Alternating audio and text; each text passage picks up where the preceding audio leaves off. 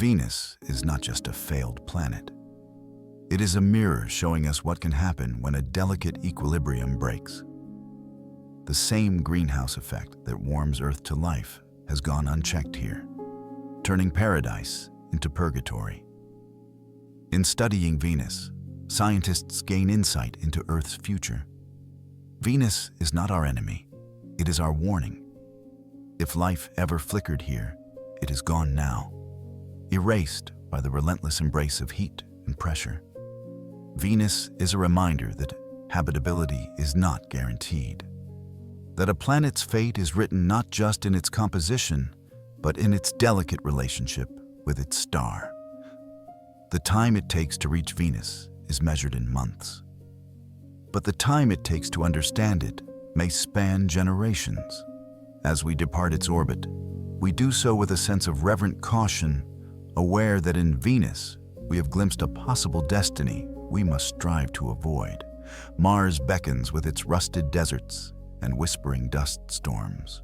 Visible even to ancient eyes, the red planet holds our dreams of colonization. But how long until human boots leave the first footprints in its ancient sands? For centuries, Mars has called to us across the darkness. Its red glow a constant reminder that another world lies just within our reach. Unlike Venus, which cloaks itself in secrecy, Mars offers its surface plainly to the cosmos, inviting us to study its canyons, valleys, and frozen polar caps. It is not just a planet. It is a possibility, a world that might one day cradle human life beyond Earth.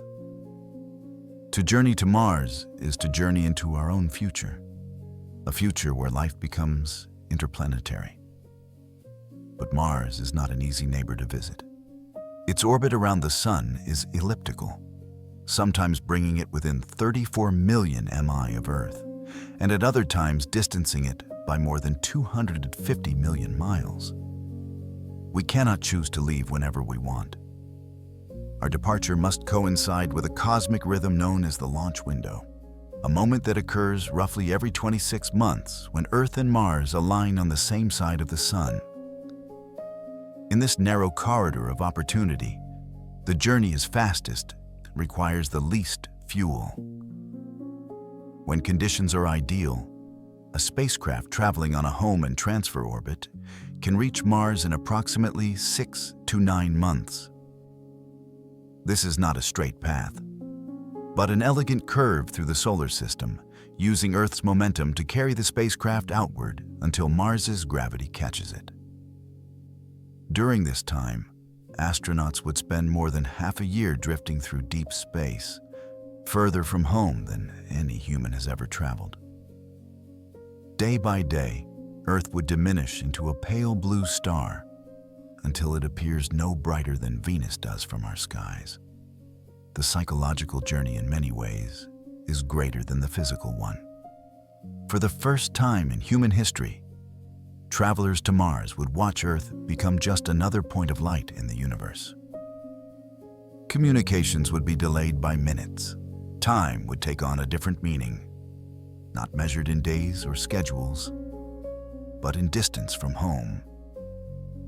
Each moment would be accompanied by the knowledge that returning is not immediate, that every mile forward is a mile deeper into the unknown. As the spacecraft approaches Mars, the planet gradually grows from a red dot into a glowing orb. Its rusted plains and ancient riverbeds reveal themselves through swirling dust storms. The thin atmosphere, less than 1% as dense as Earth's, provides almost no protection from the harsh radiation of the Sun. Yet below that dusty veil lies a world that once flowed with water, where ancient oceans may have stretched across its surface, where life may have once taken root. To reach Mars is to stand at the threshold of two great questions. Could life exist beyond Earth? And could humans one day thrive here? The first step onto Martian soil would not just mark the beginning of planetary exploration, it would signal the beginning of our evolution as a multiplanetary species. And while the journey may take only months, the meaning of that journey stretches across the entire span of human history. Mars is not just in reach. It is our next great chapter, waiting patiently in the red twilight of space. Reaching Mars isn't a straight line. It is a dance of orbital alignment. We explore how the perfect moment can shave months off our journey and how missing it could add years. In space travel, timing isn't just important, it's everything. As Earth and Mars race around the Sun at different speeds, the distance between them is constantly changing.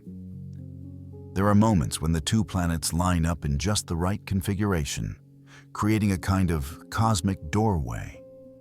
If a spacecraft is launched during this precise window, it can glide efficiently along a curved path called a home and transfer orbit, using minimal fuel while still gaining the maximum gravitational assist from the Sun. But if we miss this opening, the door closes and the opportunity vanishes for nearly 2 years. Think of Earth and Mars as two runners on separate tracks. Earth is on the inner lane moving faster. Mars is on the outer one moving slower. In order to intercept Mars, we must leave Earth at exactly the moment when Mars is just ahead of us in its orbit. If we leave too late, we'll arrive where Mars was, not where it is. The universe does not wait for us. Its motions are precise, predictable, and indifferent to our schedules. We must align ourselves with the clockwork of the cosmos. These launch windows are calculated years in advance, down to the minute. Mission designers simulate planetary positions with powerful computers, predicting where Earth and Mars will be not just months from now, but decades or even centuries into the future. A launch mistimed by even a few days can require thousands of extra pounds of fuel, slowing the craft or causing it to miss Mars entirely and drift endlessly through space. But launch windows are only one part of the story. Gravity assists or gravitational slingshots allow spacecraft to steal energy from planets in motion. When a spacecraft flies close to a planet, it falls into its gravitational well, accelerates, and then exits on a different trajectory with extra speed. This maneuver doesn't cost fuel. Instead, it draws energy from the planet's own orbital momentum. The planet slows down ever so slightly, an imperceptible fraction, but the spacecraft gains a dramatic boost. The Voyager missions are perhaps the most famous example of this cosmic choreography. Thanks to a rare alignment of the outer planets that occurs only once every 176 years, Voyager 1 and Voyager 2 were able to hop from Jupiter to Saturn, then onward to Uranus and Neptune, using each planet as a stepping stone, without gravitational slingshots. Such a mission would have taken decades longer and required fuel tanks larger than the spacecraft itself. This is the invisible art of space travel, riding the gravity of planets like a surfer rides a wave. Space is not empty. It is filled with motion, with momentum, with energy waiting to be borrowed. By aligning our spacecraft with these forces, we transform the impossible into the achievable. Imagine watching Mars rise through the spacecraft window, not because we forced our way toward it, but because we allowed the universe to carry us along its natural paths. Space exploration is not about conquest. It is about cooperation with celestial mechanics. The planets set the tempo. The sun keeps the rhythm, and we must learn to move in harmony with them. In the end, the question is not just how far Mars is, but when Mars is where we need it to be. The journey to other worlds depends not only on technology, but on timing, waiting for gravity to open its hand and guide us forward through the grand and silent corridors of space. Between Mars and Jupiter lies a realm of ancient stone.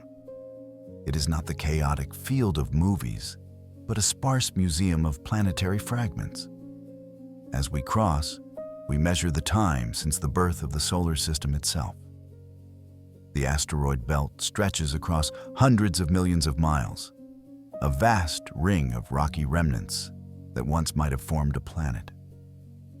Instead, the immense gravitational pull of Jupiter prevented these fragments from ever coalescing into a world. Today, they drift silently through space, relics from a time when our solar system was still forming, unfinished pieces of a cosmic puzzle. As we cross this region, the journey becomes less about reaching a destination and more about traveling back in time to witness the earliest building blocks of planets like Earth. Contrary to dramatic portrayals in science fiction, these asteroids are not clustered tightly together. Space between them is so vast that a spacecraft could pass through the belt without ever encountering a single rock. On average, objects within the asteroid belt are separated by hundreds of thousands of miles. In many ways, the greatest danger here is not collision, but isolation. The silence is profound. There is no air, no wind, no sound, only the distant glimmer of ancient stones rotating slowly in the blackness, each one a witness to billions of years. As we travel deeper into this region, it becomes clear that the belt is not a graveyard. It is a library. Each asteroid is a page in the story of planetary evolution, preserving minerals, metals, and ice unchanged since the dawn of our solar system. Some are rich in water bound within their minerals, offering potential resources for future missions. Others contain rare metals in concentrations far greater than anything found on Earth. In the far future, humanity may look to this region for sustainable off-world mining, transforming these silent stones into stepping stones for interplanetary civilization. Time itself feels different here. There is no day or night, no rising or setting sun, only an unchanging panorama of stars. The only passage of time is the gradual shifting of the sun's light as our spacecraft continues its journey outward. In ancient times, the belt was a cradle of possibility. Now, it is a quiet threshold, a boundary between the familiar inner planets and the vast, mysterious outer realms. We pass by Ceres, the largest object in the asteroid belt, once classified as a planet in its own right. At nearly 600 millimoles across, it is a dwarf planet with water ice beneath its crust and mysterious bright spots that reflect the light of the distant sun. Some scientists believe that beneath its surface could lie a hidden ocean, perhaps even the ingredients for life. Other asteroids, like Vesta, reveal signs of ancient volcanic activity, hinting at a time when these bodies were not cold and dormant, but alive with internal fire. Crossing the asteroid belt is a journey that takes months, even at immense speeds. Yet, the true distance is not measured in miles, but in moments of reflection. These drifting stones remind us that we are part of a dynamic system, one that has evolved, collided, and transformed over eons. Earth and Mars, Venus and Mercury.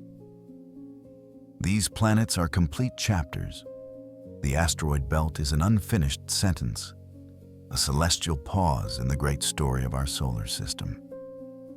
As we leave this region behind, we are no longer just travelers.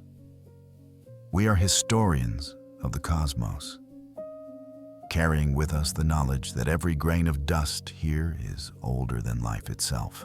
Ahead of us lies Jupiter, the first of the gas giants, and with it, a new chapter of the journey, one not built of stone and silence, but of storms and swirling clouds larger than entire worlds. Jupiter looms in the darkness, a world so massive, it bends time around it. A journey here stretches our imagination of distance. What would it truly feel like to approach a planet deeper than all the oceans of Earth combined? As we leave the asteroid belt behind, The clock of our journey begins to tick differently. Every mile now places us deeper into the dominion of Jupiter, the largest planet in our solar system and the ancient guardian of our cosmic neighborhood. Its presence is unmistakable. Long before we see Jupiter with our eyes, we feel it in the instruments aboard the spacecraft. Gravity begins to shift. Space itself seems to curve toward an unseen colossus. This is no ordinary destination. This is a journey into the realm of giants. Reaching Jupiter is a monumental endeavor. Depending on the trajectory and technology used, a spacecraft can take anywhere from 13 months to nearly 6 years to arrive. For example, NASA's New Horizons probe, one of the fastest objects ever launched, reached Jupiter in just over a year. Meanwhile, other missions like Galileo and Juno took a longer route, using gravity assists from inner planets to gain the velocity needed for precise orbital insertion. But regardless of the path, the moment of arrival is unlike any other in solar exploration. The instant when Jupiter's immense gravitational force takes hold, pulling the spacecraft into its sphere of influence. Jupiter contains more than twice the mass of all the other planets combined. It is not just a world. It is a failed star, a celestial embryo that never accumulated enough mass to ignite nuclear fusion. As we approach, its swirling bands of red, orange, and gold begin to fill our view. Its storms, some larger than Earth itself, rotate with unending fury, fueled by internal heat left over from its formation. Here, gravity is not just a force. It is an experience. Time itself dilates slightly in Jupiter's presence. Seconds pass just a little differently, a subtle reminder that we are now under the influence of a planetary titan. In the darkness of space, Jupiter glows faintly from the heat rising within, unlike Earth, which warms itself with sunlight. Jupiter radiates more energy than it receives, powered by the slow gravitational compression of its massive body. As we draw closer, we see that its clouds do not drift placidly. They churn, they spiral, they rise and fall in colossal waves, forming structures so vast they defy comprehension. The Great Red Spot, a storm that has raged for centuries, spins like a blood-red eye, watching the solar system unfold. The journey here is not just measured in distance, but in awe. Our perception of scale begins to dissolve. Jupiter's diameter is 11 times that of Earth. Its magnetic field is 20,000 times stronger. If we could hear electromagnetic waves as sound, Jupiter would roar with an ancient cosmic thunder echoing across the void. And yet, despite its immense mass, Jupiter has no solid surface. To reach its center is to journey through layers of gas, liquid hydrogen, metallic hydrogen, each layer more extreme than the last, until matter itself becomes something alien and unknown. Even as we approach the orbit of its moons, the journey continues. Europa, Ganymede, Io, and Callisto drift around Jupiter like miniature planets, each with their own secrets. Some are volcanic, some are icy. Some may harbor oceans beneath their crusts. Oceans that could cradle life in the dark. The time it takes to reach Jupiter is not just a countdown. It is a transition from the familiar inner solar system to the vast, mysterious outer expanse where planets are no longer rocky worlds, but entire systems within themselves. To journey to Jupiter is to stand at the threshold of the great beyond. It marks the moment when our voyage is no longer just about exploration, but about encountering forces so great they reshape our understanding of what a planet can be. Here in the shadow of giants, time stretches, gravity deepens, and the universe reveals its true scale. No spacecraft truly visits the outer planets without first dancing around Jupiter's orbit. We explore how gravity itself becomes an engine, hurling us deeper into the void. Jupiter is not just a destination. It is a gateway. Its immense gravitational pull acts as a cosmic slingshot capable of accelerating spacecraft to speeds that would otherwise be impossible with fuel alone. As we approach this planetary giant, we are not merely observers of its majesty, but participants in a celestial maneuver so elegant and powerful that it has enabled humanity to reach the farthest edges of our solar system. Harnessing Jupiter's gravity is not about resisting the planet's pull, but surrendering to it, allowing gravity to guide our trajectory and transform our speed with the precision of an ancient clockwork. A gravity assist or slingshot maneuver is one of the most ingenious strategies ever developed in space exploration. The concept is simple but profound. As a spacecraft approaches Jupiter, it falls into its gravity well, accelerating as it is pulled toward the planet. Instead of crashing into the massive sphere, it arcs behind Jupiter, catching a fraction of the planet's forward momentum as it orbits the Sun. This exchange is subtle, imperceptible to Jupiter, but monumental to the spacecraft. With no fuel expended, the spacecraft is suddenly traveling faster, propelled outward on a new trajectory, often towards Saturn, Uranus, Neptune, or even beyond the edge of the solar system itself. This method was famously used by both Voyager 1 and Voyager 2. Launched in 1977, these spacecraft were designed to take advantage of a rare planetary alignment that occurs only once every 176 years. By precisely timing their journey and using Jupiter's gravity, they gained enough speed to visit all 4 outer planets in a single mission. Without the slingshot effect, reaching Neptune alone would have taken more than 30 years.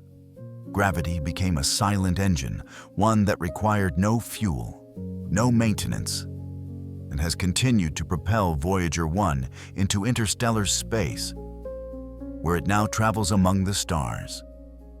As our spacecraft prepares for this maneuver, every movement must be calculated with extraordinary precision. If we pass too close to Jupiter, the intense radiation belts could damage or destroy the spacecraft's instruments. If we pass too far, we won't gain enough speed. The ideal trajectory is razor thin, measured in millime over millions of miles. Here, timing is not just important, it is absolute.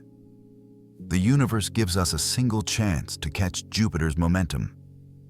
Miss it, and the journey may be delayed by decades. The experience of harnessing Jupiter's gravity is unlike any other.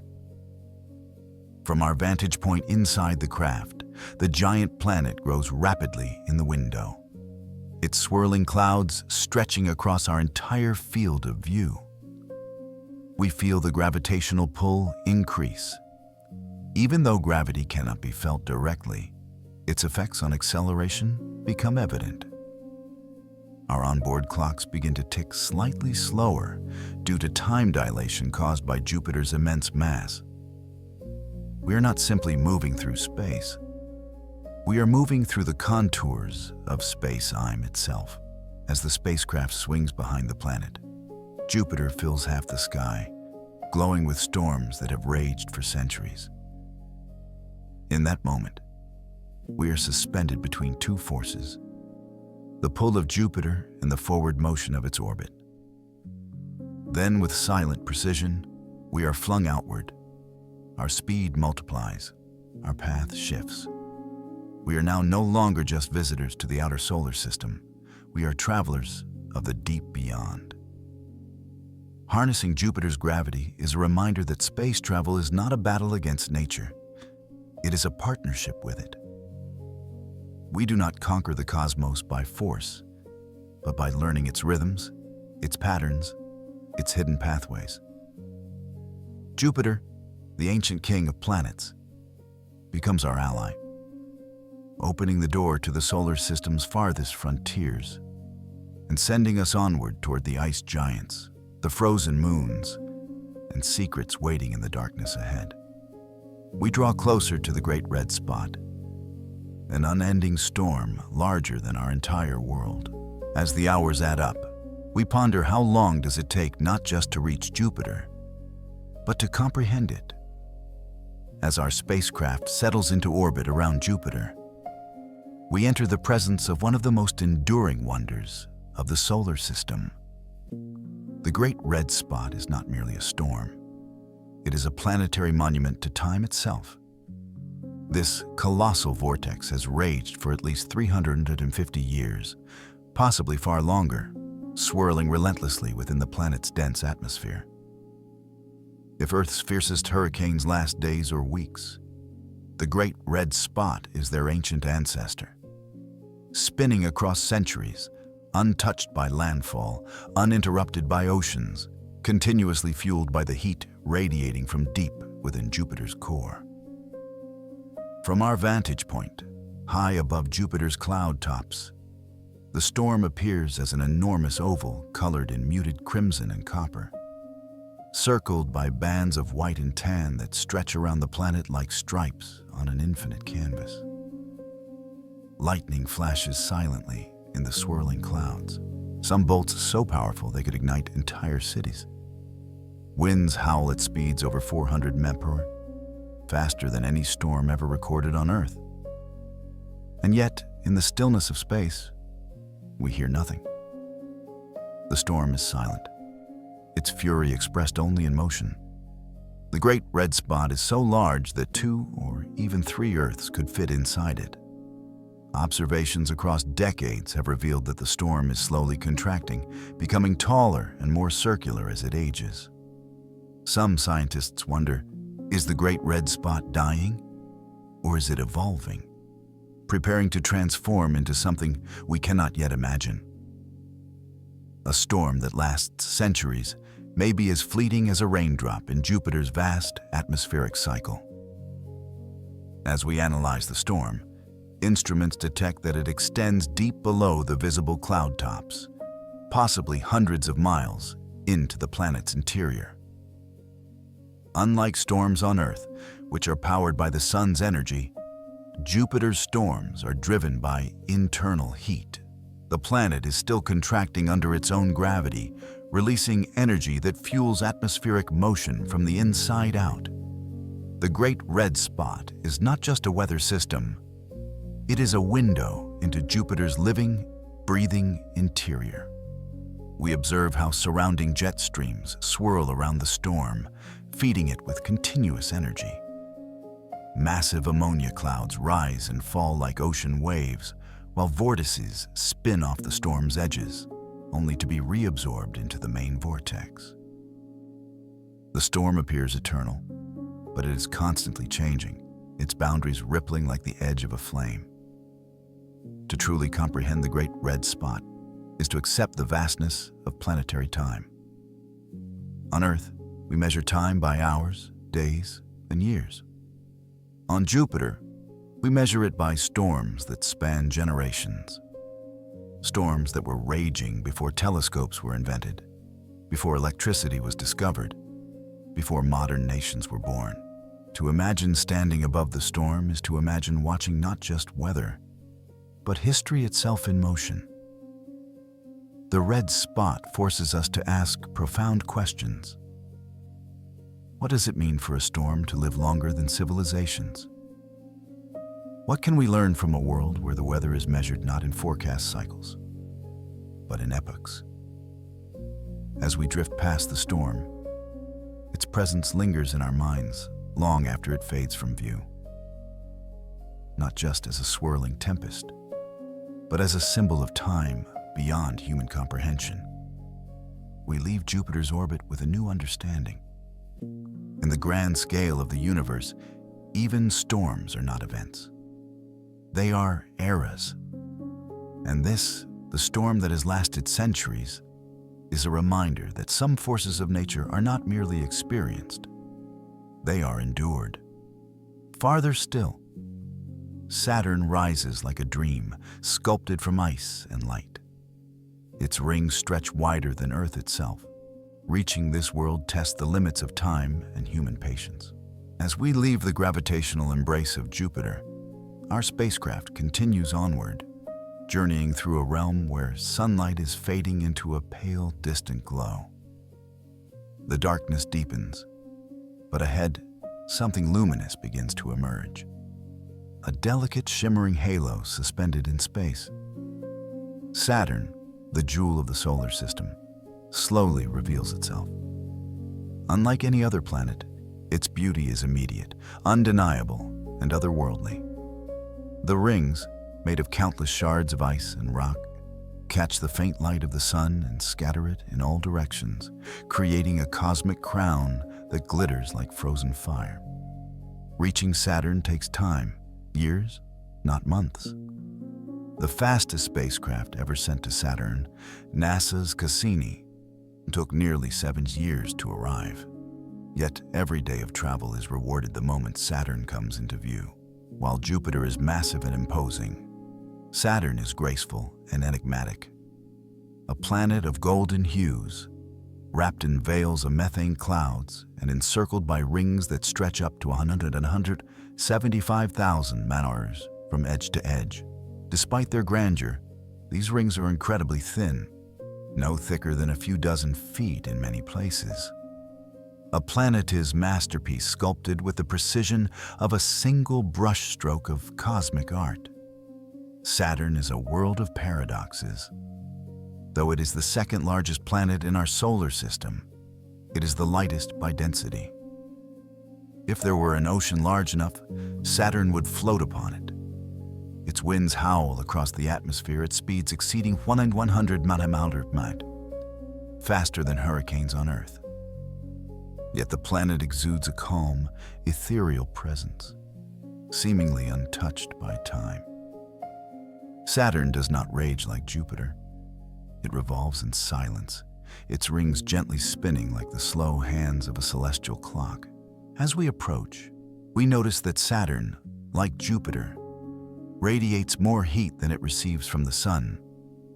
Deep beneath its swirling clouds lies a core of rock and ice, surrounded by layers of liquid metallic hydrogen that churn and generate a magnetic field.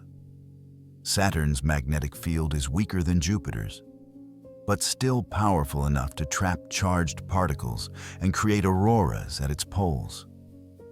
Brilliant light shows that dance through the planet's upper atmosphere, painting its night sky with ribbons of green and blue. But it is the rings that capture our attention most. They are not a single structure, but thousands, perhaps millions of individual ringlets, each made of ice particles ranging from the size of grains of sand to that of entire mountains. These particles collide, fracture, and reform, guided by Saturn's gravity and the influence of small shepherd moons that carve gaps and waves into the rings. Like celestial artists sculpting patterns in dust and ice, the rings are ancient, yet not eternal. They may be slowly dissolving, falling into the planet like a rain of ice.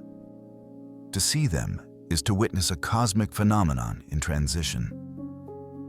Saturn's moons add yet another layer of mystery.